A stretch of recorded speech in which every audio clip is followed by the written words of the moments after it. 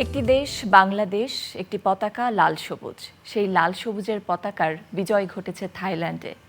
আমরা দেখেছি বাংলাদেশের নারী ফুটসাল চ্যাম্পিয়নশিপে শিরোপা জিতে এনেছেন এবং তাদেরকে আমরা অভিনন্দন জানিয়েছি, স্বাগত জানিয়েছি চ্যানেল আইয়ের পর্দায়। এবং আমরা এই মুহূর্তে স্টুডিওতে বসে আছি আমাদের সেই বাংলার নারী ফুটসাল চ্যাম্পিয়নদেরকে সাথে নিয়ে। তাদের সঙ্গে দারুণ আড্ডা হবে। তারা তাদের অধ্যবসায়, তাদের পরিশ্রম এবং তাদের সুশৃঙ্খল যে ফুটসালের বিষয়টি রয়েছে সেই বিষয়টি নিয়ে তারা চ্যাম্পিয়ন হয়েছেন এবং আমাদের জন্য গৌরব বয়ে এনেছেন। তাদেরকে আমরা অভিনন্দন জানাতে চাই। একই সাথে তাদেরকে আমরা আরও অনেক স্বপ্ন দেখিয়ে, আরও অনেক স্বপ্ন দেখে, অনেক প্রত্যাশা নিয়ে আজকের এই আড্ডা শেষ করতে চাই। এ পর্যায়ে আমরা আমাদের যারা চ্যাম্পিয়ন রয়েছেন তাদেরকে অভিনন্দন জানাবো। স্টুডিওতে আমাদের সঙ্গে রয়েছেন আমাদের সকলের ভীষণ শ্রদ্ধেয় জনাব শায়েক সিরাজ, পরিচালক এবং বার্তা প্রধান চ্যানেল আই।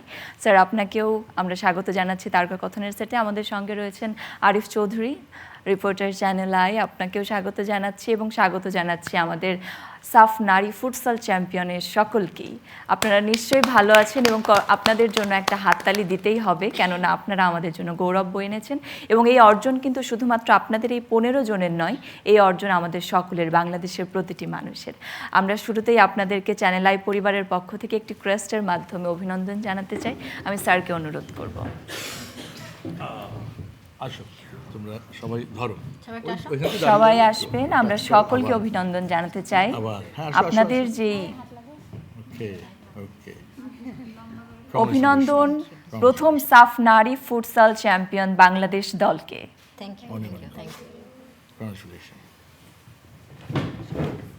খুব স্বাভাবিকভাবেই এখন আপনাদের চোখে রয়েছে অনেক স্বপ্ন পরবর্তী স্টেপের জন্য এবং আপনাদের প্রতি রয়েছে অনেক প্রত্যাশা।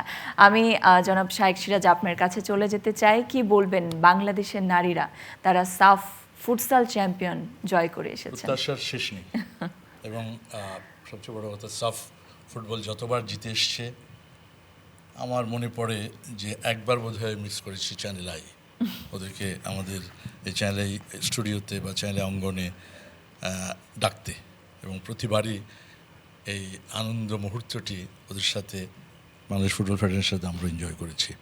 নিঃসন্দেহে এটা বাংলাদেশের জন্যে একটা মুহূর্ত, যে মুহূর্তটাকে গর্ব করা যায়।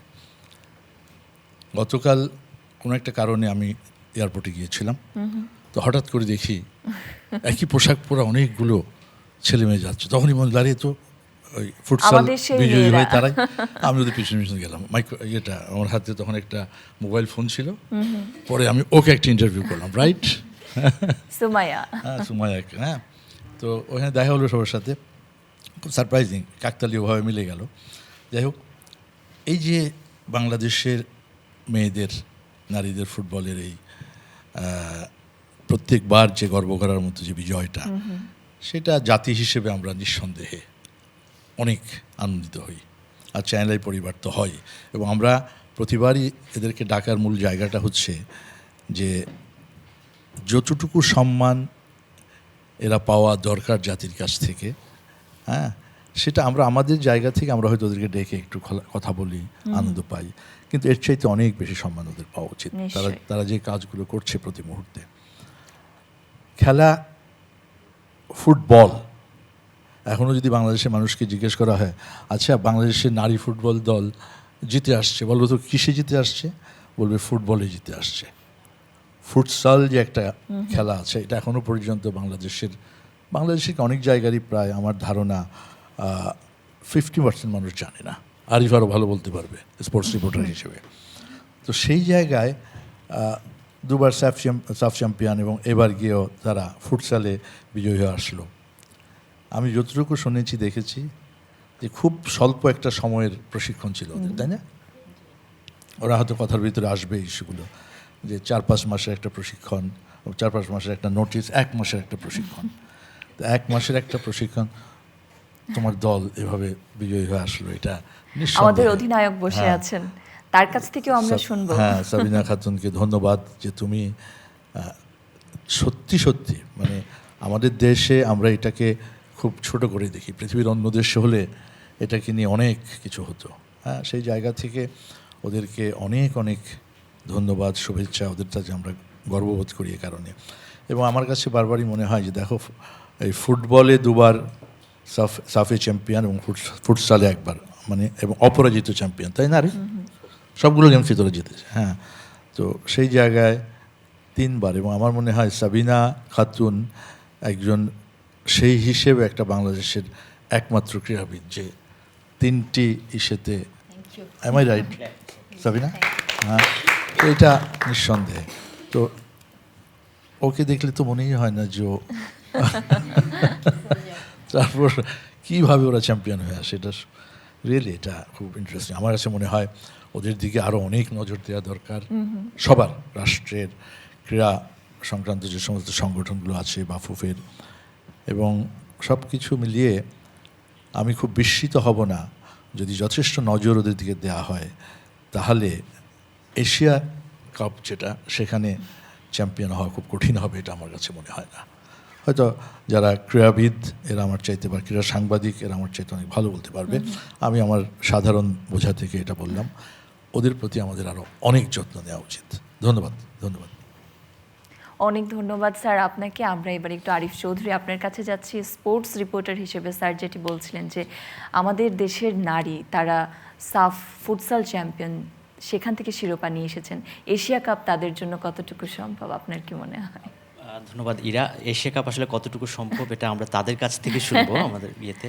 তবে একটা জিনিস আপনাকে বলি, এই জিনিসটা খুব কমন আমাদের কাছে, যে সাফ বাংলাদেশ উইমেন্স টিম এবং চ্যানেল আইতে সংবর্ধনা, এটা মোটামুটি একটা রেওয়াজ পরিণত হয়েছে, এবং অনেকে আমাকে সেটা এক্সপ্রেস করেছেন কিছুক্ষণ আগে যে এটাই বাহ। নিয়মে পরিণত হয়েছে। অর্থাৎ তারা মাঠে নামেন চ্যাম্পিয়নশিপের জন্য, এবং আমি কয়েকজনের সঙ্গে কথা বলেছি, তাদের কিন্তু এই টুর্নামেন্টে একটা টার্গেট ছিল।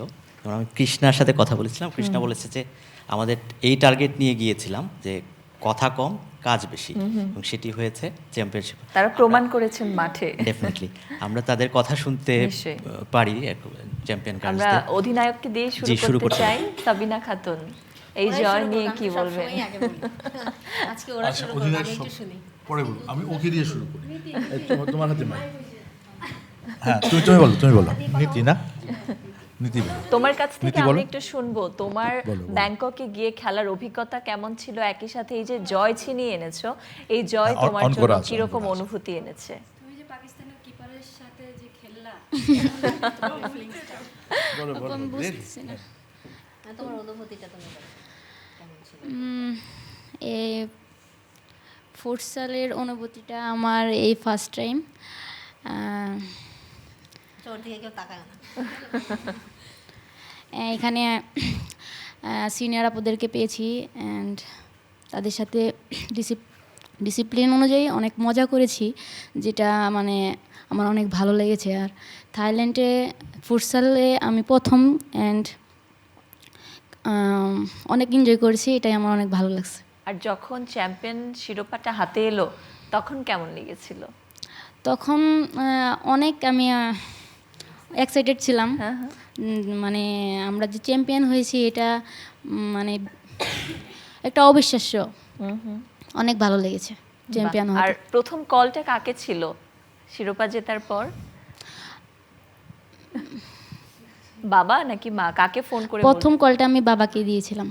বাহ। তারপর বাবা কি বললেন?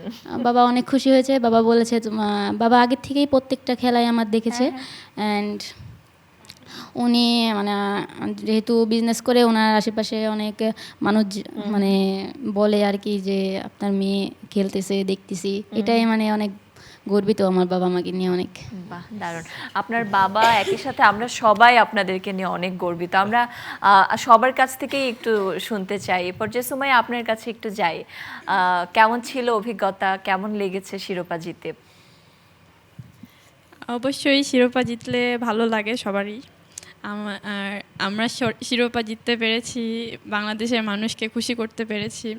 আমরা অনেক হার্ডওয়ার্ক করেছি, ওখানে গিয়েও আমরা ফিল্ডে ইউজ টু ছিলাম না, কিন্তু অনেক ইনজুরি হচ্ছিল, কিন্তু ওগুলা নিয়েও আমরা আলহামদুলিল্লাহ চ্যাম্পিয়নশিপটা নিতে পেরেছি।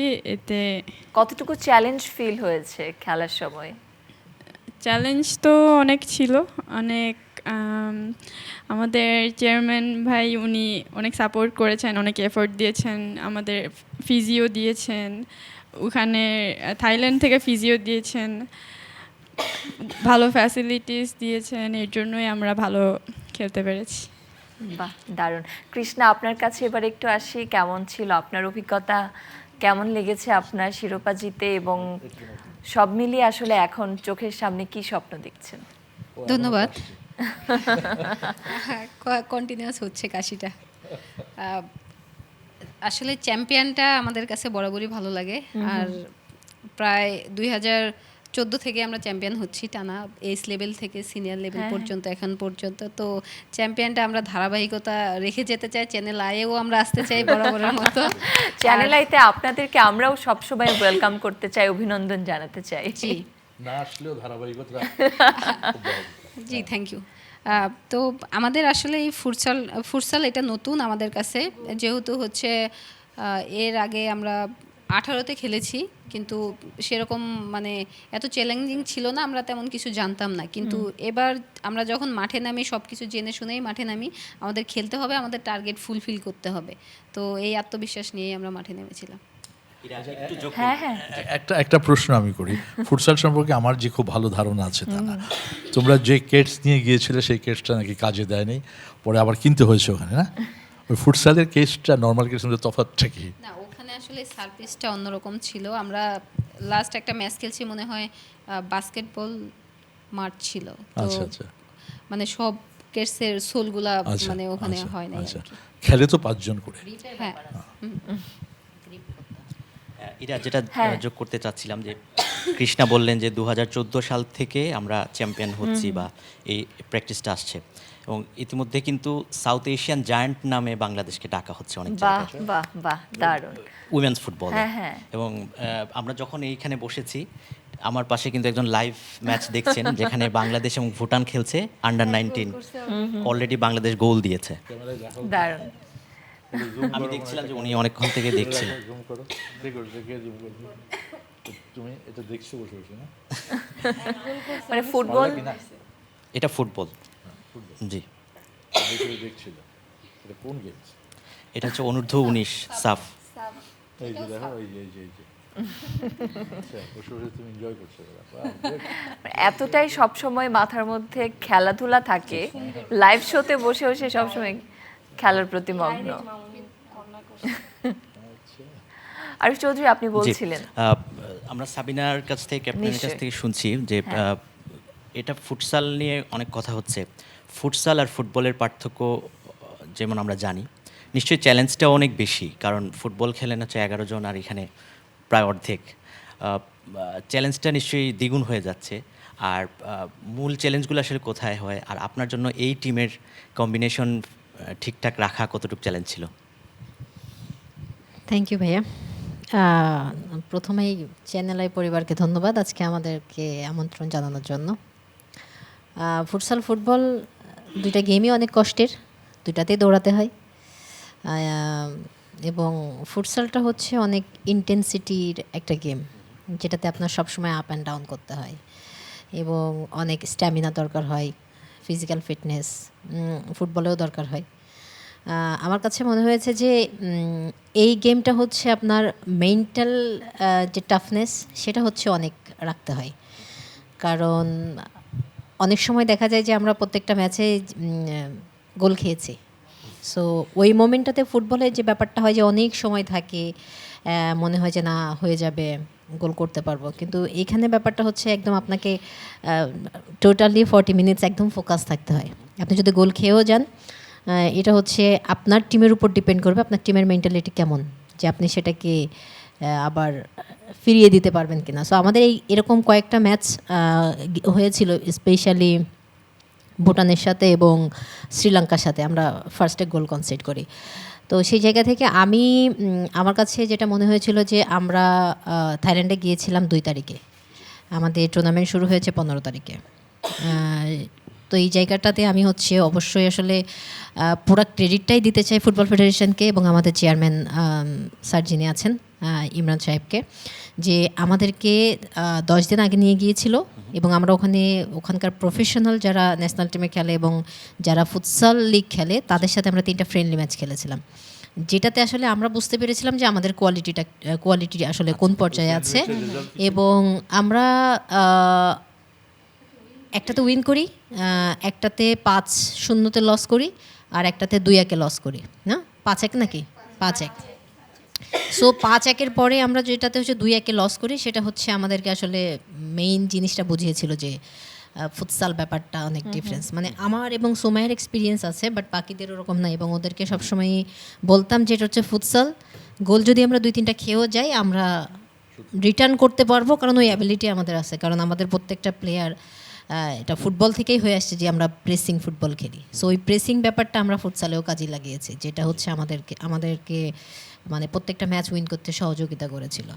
আচ্ছা, আমি সাবিন আপনাকে একটা প্রশ্ন করি যে সবগুলোতেই জিতেছেন যতগুলো? একটা ড্র ছিল, একটাতে ড্র ছিল। আচ্ছা, তাহলে টিম ভালো হোক মন্দ হোক, করে যেগুলো একটু মানে লো গ্রেডের তাদের কথা আলাদা, মিডিওকের টিমটা এই জাতীয় টুর্নামেন্টগুলোতে আশা থাকে যে চ্যাম্পিয়ন পর্যন্ত যাব বা চ্যাম্পিয়ন খেলবো বা চ্যাম্পিয়ন হব। আপনাদের টিমের কি এরকম একটা ধ্যান জ্ঞান ছিল প্রথম থেকেই যে আমরা চ্যাম্পিয়ন হব, এবং সেই প্রস্তুতি, সেই স্ট্রেংথ আমি বলবো, সেই মেন্টাল সেট আপটা ছিল কিনা? সত্যি কথা বলতে যখন বাংলাদেশে ছিলাম তখন আসলে আমার ওরকম কোনো এক্সপেকটেশন ওরকম ছিল না, ভালো করবো এটা জানতাম। কিন্তু আমাদের ম্যাচ আমরা পেয়েছি হচ্ছে 15 তারিখে, তার আগে আমরা সব টিমের ম্যাচ দেখেছিলাম, যে 13 তারিখে সব টিমের ম্যাচ ছিল। সো ওই ম্যাচগুলো দেখার পরে মনে হয়েছে যে না, আমরা কৌশলগুলো কিছু একটা করতে পারবো। আর কোন ম্যাচ জয়ের পরে আসলে কনফার্ম হলেন যে চ্যাম্পিয়ন হওয়া যাবে এখানে? কোনোটাই না, কারণ আমরা লাস্ট ম্যাচ পর্যন্ত আমাদের ছিল, সংশয় ছিল যে আমরা আসলে, কারণ মানে প্রত্যেকটা টিম এমন মানে না আমাদের সাথে তো খেলছি, মানে রেজাল্ট এমন ছিল, যেমন ভুটান একটা উইন করছে, ইন্ডিয়া লস করছে, আবার এদিকে শ্রীলঙ্কা জিততেছে, তারপরে হচ্ছে আপনার ওদিকে আবার নেপালও দুর্দান্ত করেছে লাস্ট ম্যাচে। সো সব কিছু মিলিয়ে আমাদের পয়েন্ট টেবিলও খুব একদম 19-20 ছিল। সো সেই জায়গা থেকে আমাদের লাস্ট ম্যাচ ছিল হচ্ছে মাস্ট উইন। যদি ড্র হতো সেক্ষেত্রেও আমাদের সংশয় ছিল, কারণ ওদিকে আবার ভুটান আমাদের পরে ওদের ম্যাচ ছিল। এই জন্যই মালদ্বীপ 14টা গুনেছে। খেলাতে জেতার পাশাপাশি আরও কিন্তু কিছু বিষয় থেকে যায়, বেস্ট প্লেয়ার কে হলেন, সবচেয়ে বেশি গোল কে দিলেন, এগুলো কি আমাদের বাংলাদেশের টিম থেকেই ছিল নাকি অন্য কোনো দল ছিল? প্রবাবলি সম্ভবত হচ্ছে যেহেতু চ্যাম্পিয়ন টিম সেহেতু তো ডিজার্ভ আমরাই করতাম। বেস্ট প্লেয়ার, গোলকিপার, আমার মনে হয় সর্বোচ্চ গোল আছে আর কি, 14টা। জি, বাহ, দারুণ। আমরা একটু টিমের গল্প শুনতে পারি। আমার কাছে মাসুরা রয়েছেন, সব সময় যিনি স্মাইল দিয়ে চেয়ার জি একটু টিমের গল্প দাও। টিমের গল্প কোন জায়গা থেকে শুরু করব? না, এবার আসলে গোল করার পরে ছবি তোলা হয় না ওভাবে, কারণ হচ্ছে যেহেতু খুবই কি বলে, আচ্ছা একটু শুনি যে জেতার একটা পর মজা ধরনের তো ব্যাপার ছিল। সেলিব্রেশন হয়েছে, আপনারা হাতির ঝিলে এসে আপনাদেরকে সেখানে সংবর্ধনা মজার দেওয়া ব্যাপারটা হয়েছে। হচ্ছে আমাদের পাকিস্তানের একটা কিপার ছিল, উনি অনেক মানে কি বলবো, মানে নীতি তো আমাদের সব থেকে ছোট, আর পাকিস্তানের কিপারটা ছিল একটু হেভি। ওকে, তো ওকে গোল দেওয়ার পরে নীতি আমার কোলে চলে আসছিল। আর জেতার পরে নিজেদের মধ্যে সেলিব্রেশনটা কিরকম ছিল, কিভাবে সেলিব্রেট করলেন নিজেরা? আমরা আসলে ওভাবে সেলিব্রেশন করি নাই, আমাদের প্রত্যেকটা ম্যাচই অনেক ইম্পর্টেন্ট থাকে। আমরা অনেক টিম আছে না যে একটা ম্যাচ জেতার পরে অনেক খুশি হয় কিংবা অনেক সেলিব্রেশন করে পরের ম্যাচটা হেরে যায় যে কোনো কারণে। তো আমরা আসলে আমাদের সবসময় টার্গেট থাকে যে আমরা শেষ হাসিটা হাসবো, একদম আলটিমেট ভিক্টরি, ট্রফির সাথেই আমরা হাসতে চাই। তো দুইটা ফরম্যাটের সাথে পরিচয় হলো, ফুটবল এবং ফুটসাল, কোনটা বেশি ভালো লাগে? ভালো তো সবই লাগে, কারণ আমি তো খেলছি। সামনে পেয়েছি একটু প্রশ্ন ছিল, ফুটবলে অনেকদিন থেকে আপনি নেই, আপনি সহ আরও কয়েকজন, ফুটবলকে মিস করেন কতটা? মাঠকে মাঠকে তো মিস করি, আর এখন ছুটিতে যাওয়ার পরে তো আমরা ফুটবলই প্র্যাকটিস করব, কারণ বাসায় তো আর ফুটসাল খেলা হবে না। সো ফুটবল তো থাকবেই অলওয়েজ। অন্যদের দাও, সবাই একটু করে বলো। হ্যাঁ হ্যাঁ, আমরা পরবর্তীতে যিনি আছেন আপনার কাছ থেকে একটু শুনি। রাত্রি সুমি হ্যাঁ দাও, নতুনরা বলো, একটু কথা বলো। বলো বলো গোলকিপার মাঠে খেলে ঝিলির আসছো আর কথাও একটু শুনতে চাই। বলো। হ্যাঁ অনেক টাফ টাইম গিয়েছে গোল সেভ করতে। ওটা প্রশ্ন করো। আচ্ছা, আমি একটু মজার প্রশ্নই করি। যেহেতু খেলাধুলাতে অনেক ধরনের স্ট্রেস থাকে, তো আমরা যেহেতু মেয়ে, আমাদের একটু সাজসজ্জারও ব্যাপার থাকে, আমরা একটু লিপস্টিক পরতে পছন্দ করি। তো খেলাধুলা করতে যাওয়ার আগে কি সাজগোজের ব্যাপারটা ছিল? আমি অল টাইম সাজাগুজি করি। অল টাইম সে সাজগোজ করে। ওকে, তারপর সবচেয়ে বেশি সাজে কে বাংলাদেশ দলের মধ্যে? যার হাতে মাইক্রোফোন, আমরা মনে হয় তাকেই ধরে নিচ্ছি। ওকে, আচ্ছা, আমরা হচ্ছে সবার কাছ থেকে একটু শুনি। রাত্রি, আপনার কাছে একটু যাই, আপনার অভিজ্ঞতাটা একটু শুনি। আমরা দেখেছি এখানে যারা বাংলাদেশ দল হিসেবে গিয়েছিলেন থাইল্যান্ডে, অনেকের এটা প্রথম বিদেশ ভ্রমণ ছিল, কিংবা সেখানে গিয়ে খেলার একটা অন্যরকম অভিজ্ঞতা ছিল। আপনার অভিজ্ঞতা কীরকম ছিল? আমি এর আগেও দেশের বাইরে গিয়েছি, ফুটসাল খেলতে গেছিলাম স্কুল ফুটসাল অ্যাসোসিয়েশন থেকে, কিন্তু বাংলাদেশ টিম হয়ে গেছি, মানে স্কুলের ওইটা টুর্নামেন্ট ছিল। কিন্তু আমার খুব ইচ্ছা ছিল যে আমি বাংলাদেশ টিমে খেলবো, কিন্তু আসলে আমার স্বপ্ন ছিল, কিন্তু আমি এটা পূরণ করতে পারি নাই। কারণ ফার্স্ট যখন আমি হচ্ছে 17-ও গল পাই, তখনও বাসায় একটু সমস্যা ছিল। তখন ছোট ছিলাম আর কি, ক্যাম্পে থাকতে পারি না, বাবা মার প্রতি অনেক টান ছিল, আইসা পড়ছিলাম। আবার 20 ক্যাম্পে উঠছি, ন্যাশনাল টিমে ফুটবলে আর কি কল পাইছিলাম। ওই সময় আব্বু স্ট্রোক করছে, কিন্তু আমি তো আর বাসায় মানে ওইখানে ক্যাম্পে বলতে পারি নাই স্যারদের। কিন্তু আম্মু আমাদের বাসার পাশে কিছু প্লেয়ার থাকতো, ওদের বলছিল যে রাত্রিরে তোমরা বইলো না যে ওর বাবা স্ট্রোক করছে, তাহলে রাত্রি ক্যাম্পে থাকবো না। যখন ওই প্লেয়াররা আমার এইসব বললো, আমি তো মানে আর নিজেরা কন্ট্রোল করতে পারিনি, আমি সরাসরি আব্বুর কাছে চলে গেছিলাম। তারপরে আর ক্যাম্পে আসা নেই। তো এরকম বারবার আমি ফুটসাল খেলতে যেতাম। আমি চায়নাতেও খেলতে গেছি, নেপালেও গেছি, নেপালেও চ্যাম্পিয়ন হয়েছি। তারপরে আমি আমার কোচরে বলছি যে ইতি আপু, আমি তো ফুটবল খেলি সারা জীবন ভরই, কিন্তু এখন তো আমি ফুটবল ন্যাশনাল টিম খেলতে পারলাম না, কিন্তু আমি ফুটসাল খেলতে যেতেছি। তা হুট করে আসলে আমাদের প্রমিলে একটা গ্রুপ আছে, ওই গ্রুপে মানে দিছে যে ফুটসালে ট্রায়াল হইব ফুটবল ফেডারেশন থেকে। তখন আমি আবার খেলতে গেছিলাম রাজশাহীতে, আমি কইছি যা হয়ে যাক, আমি ট্রায়ালে যাব। তারপরে আমি ট্রায়ালে গেছি, ট্রায়াল দিছি, আর নিজের প্রতি একটা কনফিডেন্স ছিল যে ইনশাল্লাহ আমি থাকবো এই টিমে, মানে ফার্স্ট থেকেই। তো তাও মানে যে আমাদের ইমরান ভাই ছিল, ওটার ওইখানে প্লেয়ারদের ডাকানো হইতো, মানে কিন্তু নিজের প্রতি একটা আর কি ভয় বা কাজ করতো যে থাকবো কিনা। হুট করে সাবিনা আপু কয় কি, আমাদের ক্যাপ্টেন সাবিনা আপু, তুমি টেনশন করো কেন? তারপরে আমি আমার আরেকটু কনফিডেন্স পেলাম যে না, আমি থাকবোই। তারপরে ম্যাচ খেলতে গেলাম আপুদের সাথে, এই আর কি প্রতিটা ম্যাচে হয়তো বা এটা ফুটসাল, এটা মানে ফুটবলে যেমন অফসাইড থাকে, প্লেয়াররা রেস্ট নিতে পারে, কিন্তু ফুটসালে তো এটা নাই, কন্টিনিউ একজনের পর একজন চেঞ্জ হইতে থাকে। আর আমার টিমের সবার প্রতি অনেক বিশ্বাস ছিল যে ইনশাল্লাহ আমরা জয় নিয়ে দেশে আসবো।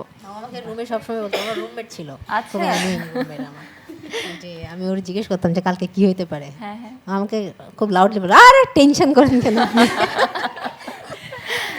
আর আমি বলতাম যে যদি আমি 1 মিনিট নামি, তাহলে 1 মিনিট কোনো কথা নাই, কমাই দেবো। আর আপুদেরও বলতাম, আপু আপনারা টেনশন করেন, ইনশাল্লাহ আমরা চ্যাম্পিয়ন হমই আর দেশে যাবই। আসলে এই মেন্টাল স্ট্রেংথটা খুব স্ট্রং আসলে তাদের ছিল। এবং স্যার আপনি দেখেছেন, হ্যাঁ হ্যাঁ, আচ্ছা, তোমাদের ক্যাপ্টেনের বাইরে থাকে না যে সবচাইতে একজন তো গাইড করছেই, ধরো কোনো কারণে সে অ্যাবসেন্ট, তাহলে নেক্সট কে? ধরো ইনজুরি হলো বা কোনো একটা কিছু, হুইজ নেক্সট টিমের মধ্যে? মনে হচ্ছে মানসুরের দিকে, আপনার দিকেই মনে হয় বারবার যাচ্ছে। আমাদের সব মেয়েরা সবাই খুব রেসপন্সিবল, মাঠে মোটামুটি সবাই ক্যাপ্টেন। আচ্ছা, গুড, সবাই ক্যাপ্টেন। আমরা সবাই রাজা। ফুটসালে হচ্ছে সাবিনা আপুকে চেঞ্জ করে কোনো সময় রাত্রিকে নামায়, কোনো সময় আমাকে নামায়, তো ওই জায়গাটা আসলে লিড করতে হয় সবাই। আর টোটাল টিমের ভিতরে থাকে না যে সব জায়গায় এরকম 5 জন 10 জন বন্ধু থাকলে একজন থাকে যে সবাইকে খুব হাসিয়ে রাখে, সবাইকে খুব মজার মধ্যে রাখে এবং একটা একদম আলাদা একটা ক্যারেক্টার টোটাল টিমের মধ্যে। এটা কি সব কিছু ওর দিকে। আচ্ছা, আমরা একবার ওই কর্নারটা থেকে একটু কথা শুনি। আমরা তো সবার কাছ থেকেই শুনছি অনেক ধরনের অভিজ্ঞতা, সবাই কথা বলতে বলতে। সবার কাছ থেকে একটু শুনি আপনার অভিজ্ঞতাটা কেমন ছিল, কেমন লাগছে বাংলাদেশে চ্যানেল আইতে এসে, কেমন লাগছে? ভালো লাগছে, ফার্স্ট টাইম আসছে, হ্যাঁ, হ্যাঁ। খুবই ভালো লাগতেছে। তো ফুটসাল আমি ন্যাশনাল ফুটবলও খেলছি, কিন্তু আমার কোনো ট্রফি আসে নাই। এই ফার্স্ট টাইম ফুটসালে ট্রফি আসছে, তো এটা খুবই আনন্দ, যেহেতু আমার ফার্স্ট টাইম এটা সাফ ট্রফি আসছে, খুবই আনন্দিত। আমরা স্যার আসলে বুঝতেই পারছি সবার দারুণ অভিজ্ঞতা, সবাই ভীষণ উপভোগ করেছেন এবং সবার মধ্যে ওই একটা শক্তি ছিল যে জিততে আমাদেরকে হবেই, আমরা বাংলাদেশকে রিপ্রেজেন্ট করছি এবং বাংলাদেশের পতাকাকে আমরা জয়ী হিসেবে নিয়ে যাবই। স্যার একেবারেই শেষ পর্যায়ে আমরা অনেক গল্প, অনেক আড্ডা তো আছেই, থাকবেই, এবং আমরা ভীষণ রকম অপেক্ষায় থাকবো পরবর্তী ফুটসালের জন্য, আপনাদের পরবর্তী চ্যাম্পিয়নশিপের জন্য। আপনাদের সঙ্গে আরও অনেক আড্ডা হবে, কিন্তু টেলিভিশনের জন্য এই পর্যায়ে আমরা বিদায় নিতে চাই। প্রিয় দর্শক, আশা করছি আপনাদের এই আড্ডাটি ভালো লেগেছে এবং আমাদের দেশের নারীরা তারা এই যে বারবার বাংলাদেশকে বিশ্বমঞ্চে গৌরব বয়ে আনছে আমাদের জন্য, এটি কিন্তু আমাদেরকে তাদের জন্য এবং আমাদের জন্য প্রত্যেকের জন্য ভীষণ রকম গৌরবের, এবং আমাদের উচিত তাদেরকে আরও বেশি উদ্বুদ্ধ করা, যাতে করে তারা আরও অনেক বেশি জয় আমাদের জন্য ছিনিয়ে আনে। আপনারা সকলে অনেক ভালো থাকবেন এবং তাদের জন্য দোয়া করবেন। তাদেরকে আবারও অভিনন্দন জানাতে চাই চ্যানেল আই পরিবারের পক্ষ থেকে। আপনাদেরকে আবারও আমন্ত্রণ জানাচ্ছি পরবর্তী আয়োজনে। সে পর্যন্ত সকলে ভালো থাকবেন।